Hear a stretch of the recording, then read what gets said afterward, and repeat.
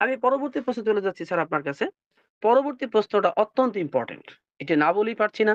আজকের টপিকস কোম্পানির জন্য, নেক্সট ফেজ এর জন্য আমাদের করণীয় কি? সেই করণীয় কি এর ধারায় আমার একটা প্রশ্ন তার সাথে সঙ্গতি রেখে আপনাকে আমি বলছি।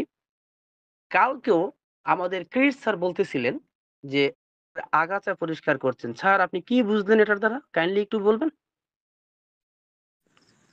Thank you very much.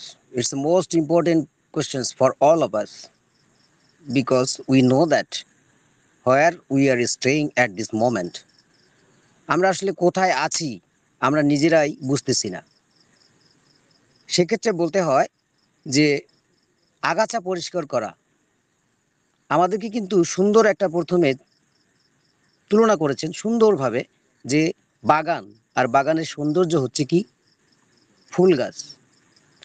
For example যদি আমরা বলি যে আমরা একটা গোলাপের চারা যেখানে সদ্য প্রস্ফুটিত আমাদের এই 14 লক্ষ প্লাস গোলাপ রয়েছে, সেখান থেকে যদি এই সব গোলাপগুলোকে অক্ষত রাখার যে একটা প্রয়াস সেটা অ্যাসার করে যাচ্ছেন, কারণ অক্ষত রাখতে হবে।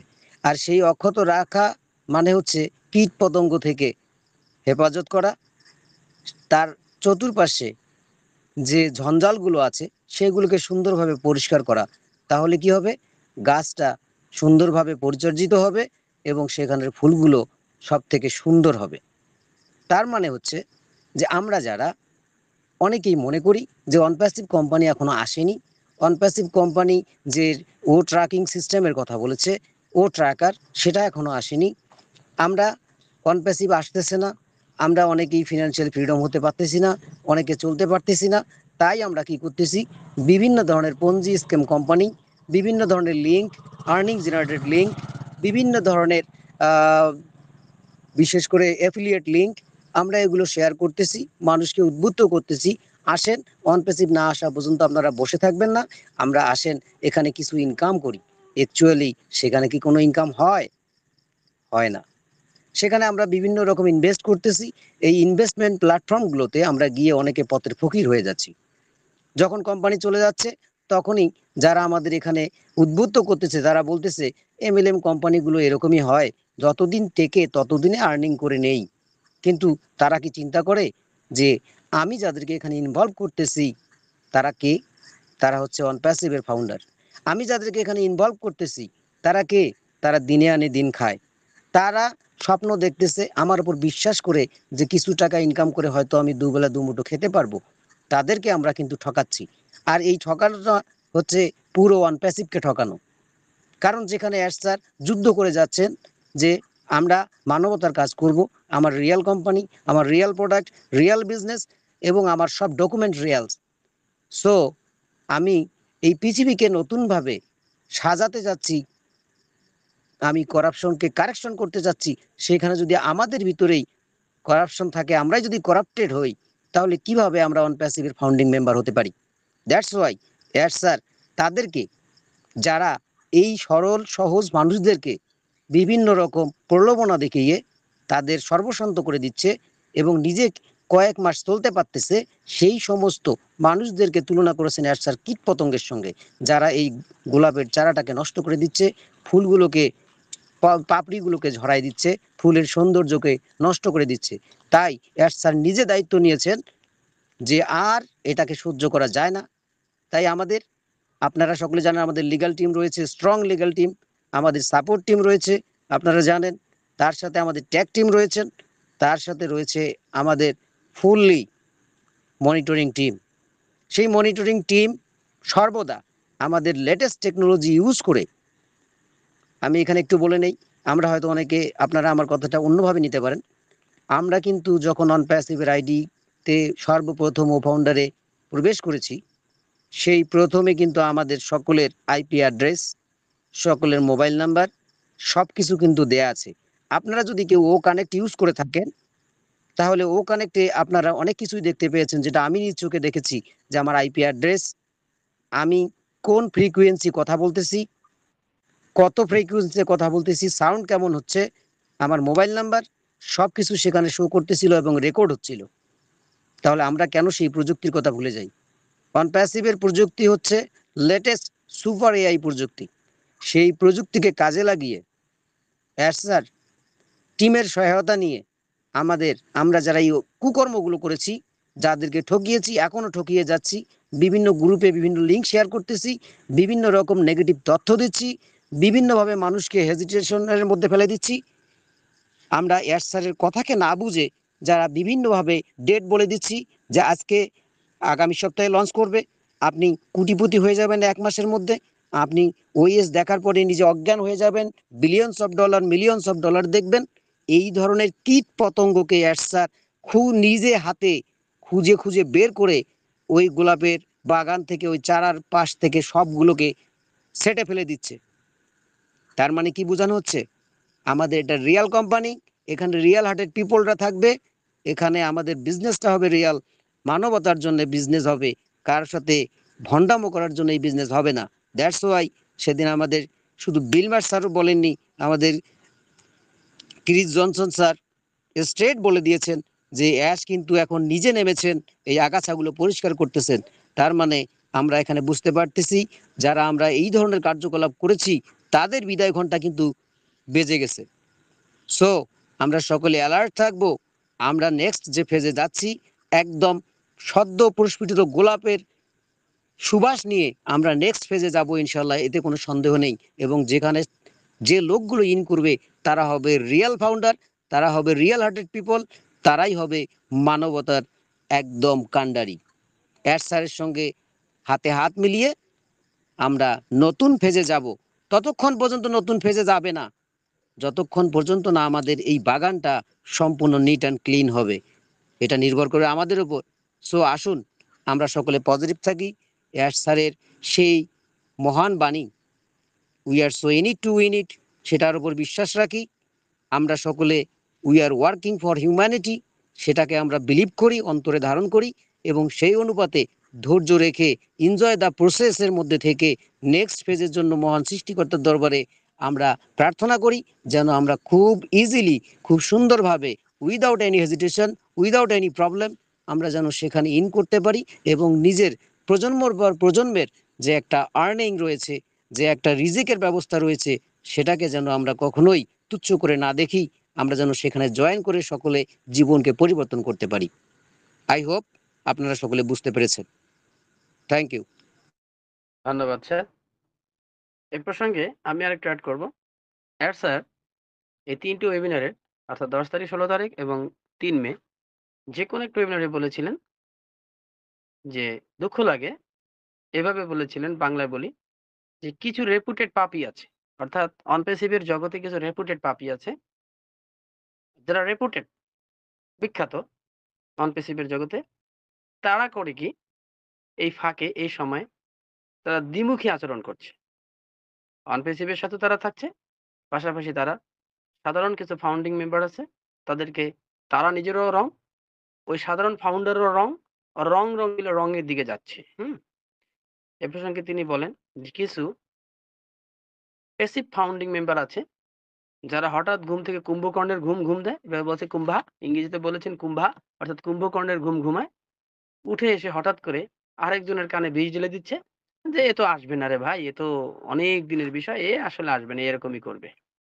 এই যে পয়জন ঢেলে দিচ্ছে, এদের ক্ষেত্রেও স্যার খুব কঠোর হস্তে খড়গ ধরেছেন।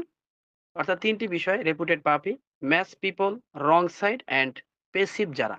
আমি আবারও বলছি, স্পষ্ট বলেছেন স্যার, আমাদের লাভলি সিও বলেছেন। আমি আবার বলি, রেপুটেড কিছু ব্যক্তি আছে যারা আসলেই কোম্পানির দ্বিমুখী চালনের মাধ্যমে ক্ষতি করেছেন। কিছু ম্যাস পিপলকে তারা রং ওয়েতে নিয়ে গিয়েছেন।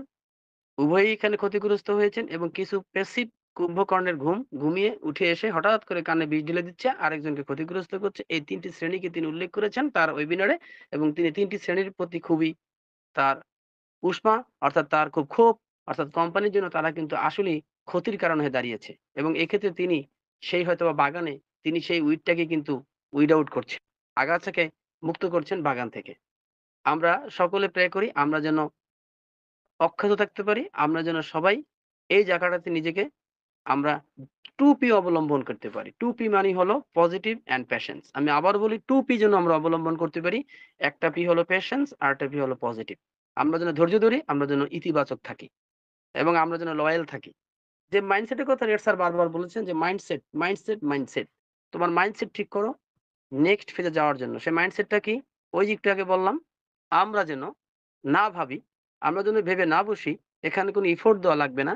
আমরা যেন ভেবে না বসি এটি প্যাসিভ প্ল্যাটফর্ম। আমরা যেন না ভাবি এখানে কিছুই করার লাগবে না। সেই মাইন্ডসেট থেকে আমাদের এড স্যার বেরিয়ে আসতে বলেছেন। সেই মাইন্ডসেটকে চেঞ্জ করো। তোমরা এখানে লয়াল থাকো, তোমরা প্যাশন্স ধরো, তোমরা পজিটিভ থাকো। নতুনত্বকে, নিউ চেঞ্জ কে গ্রহণ করার জন্য তোমরা প্রস্তুতি গ্রহণ করো। এই মাইন্ডসেট যদি না আনতে পারো তাহলে সেকেন্ড ফেজে আমি কখনোই যাব না। স্যার স্পষ্ট বলে দিয়েছেন, সেকেন্ড ফেজে আমি কখনোই যাব না যদি ফাউন্ডিং মেম্বাররা তোমরা মাইন্ডসেট ঠিক না করো। করণীয় কি? তোমাদের ১ নম্বর করণীয় আমরা কিন্তু অলরেডি টপিকস এর আলোকে ফোকাস নিয়ে এসেছি। ১ নম্বরে মাইন্ডসেট হলো আমাদেরকে কোম্পানির প্রতি লয়াল থাকতে হবে। কোম্পানির প্রতি অগাধ বিশ্বাস আমাদেরকে রাখতে হবে। অনুগত থাকতে হবে। ২ নম্বরে আমাদের কি থাকতে হবে? আমাদের থাকতে হবে ধৈর্য বা প্যাশেন্স। কারণ একটি আইটি কোম্পানি একটি প্রোডাক্ট নিয়ে পৃথিবীতে আসতে ১২ বছর ১৪ বছর লেগে গেছে। যারা বলেন যে ৭ বছর লেগেছে, ৮ বছর, ৬ বছর লেগেছে, কত বছর লাগবে? তাদের জ্ঞাতার্থে বলি, না জানার কারণে কথাগুলো বলছেন। আপনারা খোঁজ নিয়ে দেখুন, একটি অ্যাপস নিয়ে আসতে পৃথিবীতে যারা এখন বিরাজমান, যারা বিরাজ করছে, তাদের একেকজনের ১২ বছর, ৮ বছর, ১০ বছর লেগে গিয়েছিল। আর এটি তো সমস্ত কোম্পানির মাদার কোম্পানি এবং পৃথিবীর সবচেয়ে বড় super AI company, largest AI IT company. তার জন্য ৭ বছর তো কিছুই নয়। সেক্ষেত্রে জেনে রাখুন, আমাদের লাভলি সিও এড স্যার আপডেটই বলেছেন, ওয়েবিনারে বলেছেন, অর্থাৎ একটু বলি, স্যার ইতিহাসটা এভাবে টেনেছেন যে ২৩ সালে যখন ২৪ সালে যখন আমি দেখলাম বা ২৩ এর কথা বলেছেন। ২৩ এ যখন আমি দেখলাম যে কামিং সুন করতে, করতে আমাকে বিরক্ত বানিয়ে ফেলছে। সকালে একবার বলছে কামিং সুন, দুপুরে একবার বলছে কামিং সুন, বিকালে একবার বলছে কামিং সুন, এরপর আবার বলতেছে এখানে প্রবলেম হয়েছে, আবার কামিং সুন করতে ক্যালেন্ডারের পাতায় কামিং সুনটা অন্যরকম হয়ে গেল এবং আমাকে তারা কিছুটা হলো বিভ্রান্তিতে ফেলে দিল। আমি বুঝতে পেরেছি যে সামথিং ইজ হ্যাপেন রং। তখনই আমাদের লাভলি সোয়ার স্যার তার প্ল্যান বি নিয়ে আরো ২ থেকে ৩ বছর আগেই কিন্তু তিনি কাজ শুরু করে দিয়েছিলেন যে কথাটা তিনি গত ওয়েবিনারে প্রকাশ করেছেন। এবং তিনি বলেছেন, "আমি আমার মতো করেই প্রোডাক্ট বানানো শুরু করে দিয়েছিলাম এবং সেই প্রোডাক্ট গুলো স্যারে বলেছেন পৃথিবীতে ইউনিক।" কেমন ইউনিক আপনাদেরকে জানিয়ে দেই। বর্তমানের জায়ান্টেকরা আগামী ৫ বছর পর যা নিয়ে আসবে আমাদের লাভলি সিও এড স্যার অলরেডি সেটাকে নিয়ে এসেছেন। এবং সে প্রসঙ্গে তিনি বলেন, "নেক্সট ফেজ কি তা তোমরা জানো না। অতএব আমরা এ নিয়ে কথা না বলি। কারণ নেক্সট ফেজ সম্পর্কে আমরা কিছুই জানি না। আমরা কথা বলব না।" কিন্তু একটা টপিকস একটা ক্লু তিনি দিয়েছিলেন। সেই ক্লুটা হলো এই, ধরো ওই সময়ের যে ওকানেক্টটা ছিল, ওই সময়ের জন্যই কিন্তু সর্বশ্রেষ্ঠ ছিল। কিন্তু সেই ওকানেক্ট থেকে এখন ৩০০ গুণ ক্ষমতা সম্পন্ন ওকানেক্ট তোমাদের জন্য অর্থাৎ ভিডিও কনফারেন্সিং টুল তোমাদের জন্য রেডি বা প্রস্তুত আছে। আমি আশা করব এরপরও যদি আপনারা এই কথাটা শোনার পরও যদি খুশি না হন, তাহলে আপনাদেরকে আর কিছুতেই লাভলি সিও বা আমরা খুশি করতে পারব না।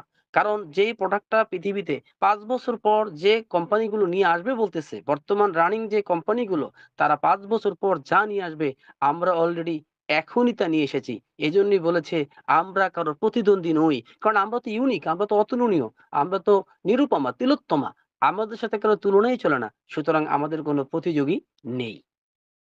এরপরে আমি আবার বলছি মাইন্ডসেটের বিষয়ে যে আমাদের লয়াল থাকতে হবে, আমাদের পজিটিভ থাকতে হবে, আমাদের প্যাশন্স রাখতে হবে। এই ৩ টা জিনিসই আমাদের মাইন্ডসেটে থাকতে হবে। আমি প্রসঙ্গক্রমে আরেকটি প্রশ্নে চলে যাচ্ছি স্যার আপনার কাছে। অনেকেরই প্রশ্ন, খুব ভাইটাল স্যার বিষয়টা লক্ষ্য রাখবেন, সাধারণ মানুষের প্রশ্ন। যে আমরা যে নেক্সট ফেজ বলতেছি সেটা কি নিউ বিজনেস? স্যার প্লিজ আপনি কোট করবেন। সেটা কি নতুন কোনো বিজনেস? সেখানে কি কোনো পেমেন্ট আমাদের দেওয়া লাগবে? Please sir. আমি এই প্রশ্নের উত্তরটুকু সুন্দরভাবে জানতে চাচ্ছি। এটা অনেকেরই প্রশ্ন। আমরা কি তাহলে নতুন বিজনেসে যাচ্ছি?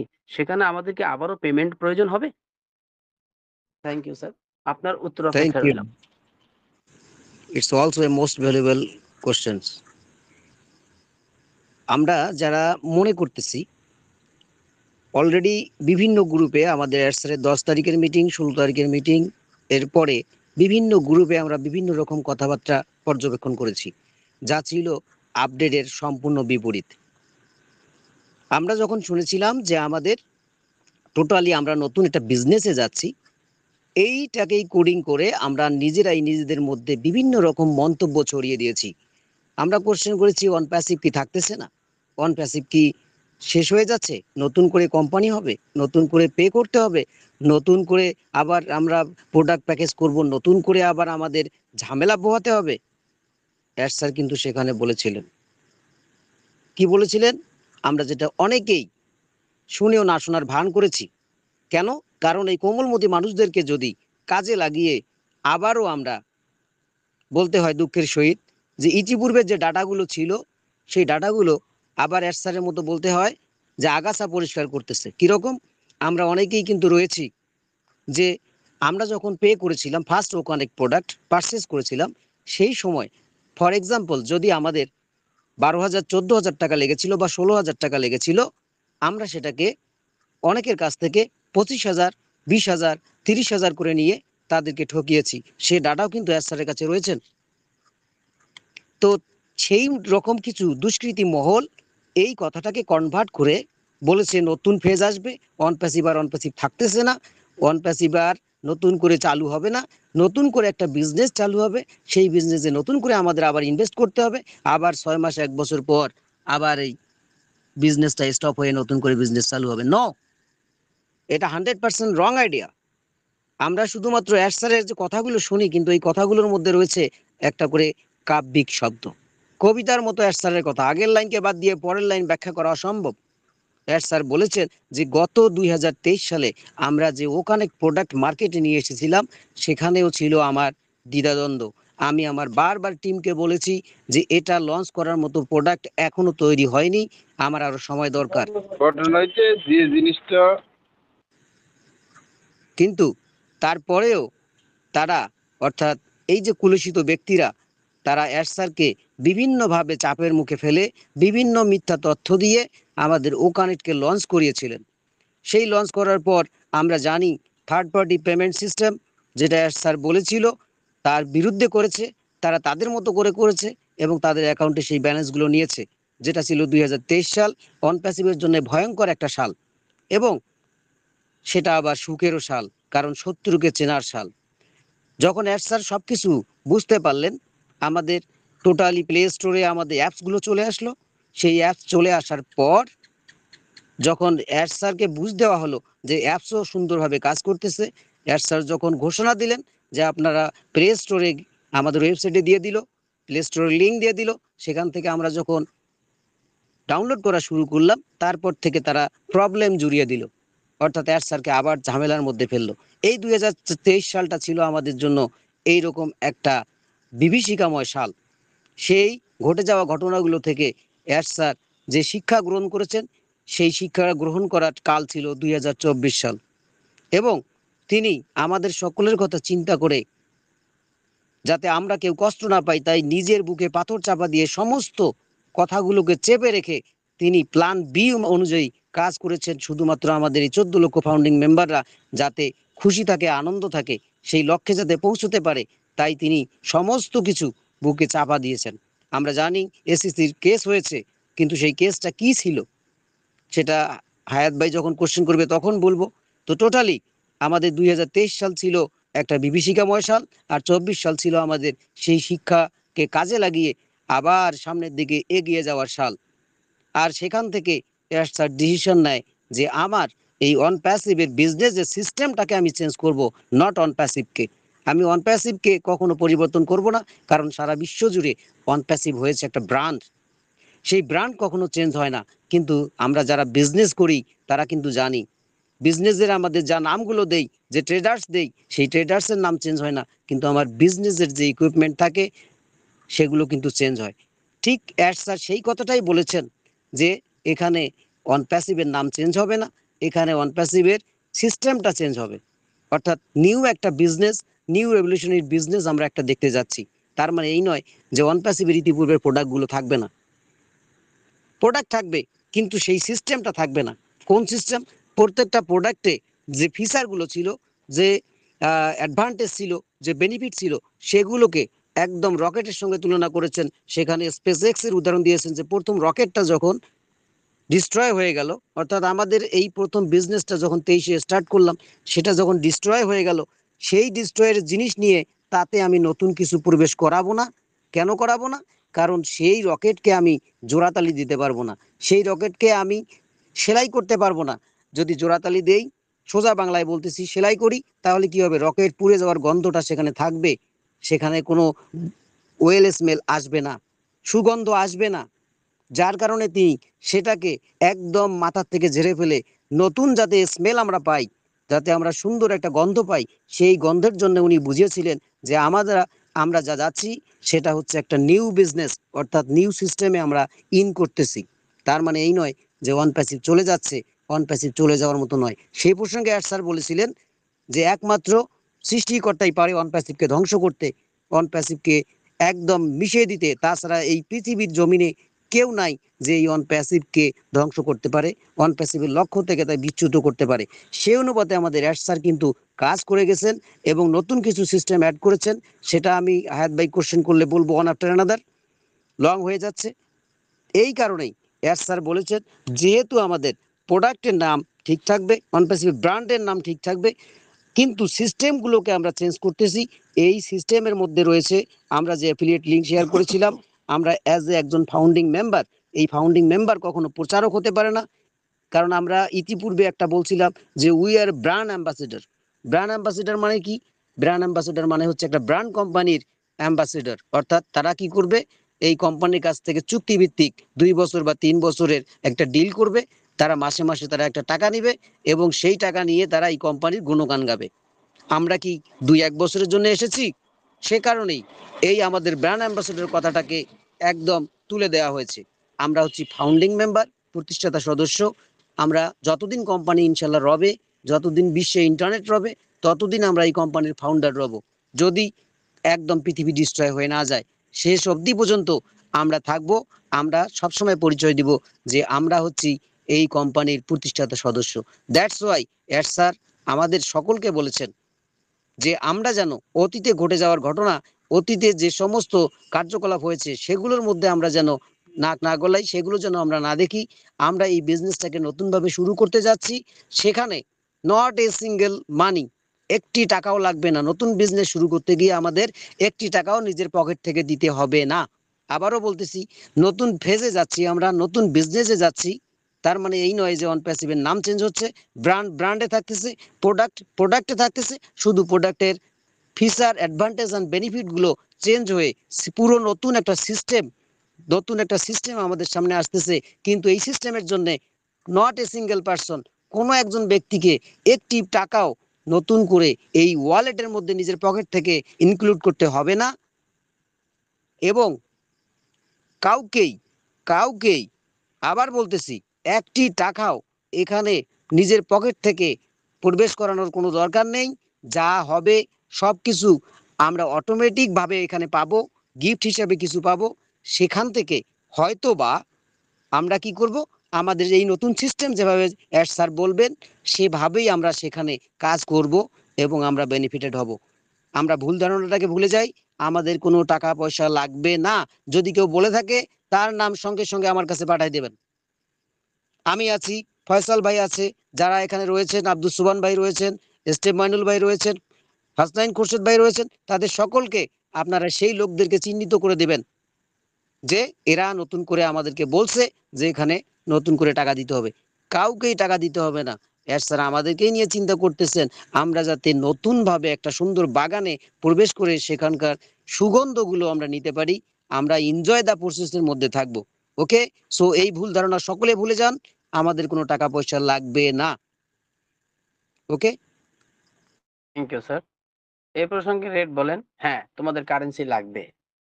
রেড স্যার বলেছেন চমৎকারভাবে, why we need to go to the next page, সেই লাইভে তিনি বলেছিলেন যে হ্যাঁ আমাদের কারেন্সি লাগবে।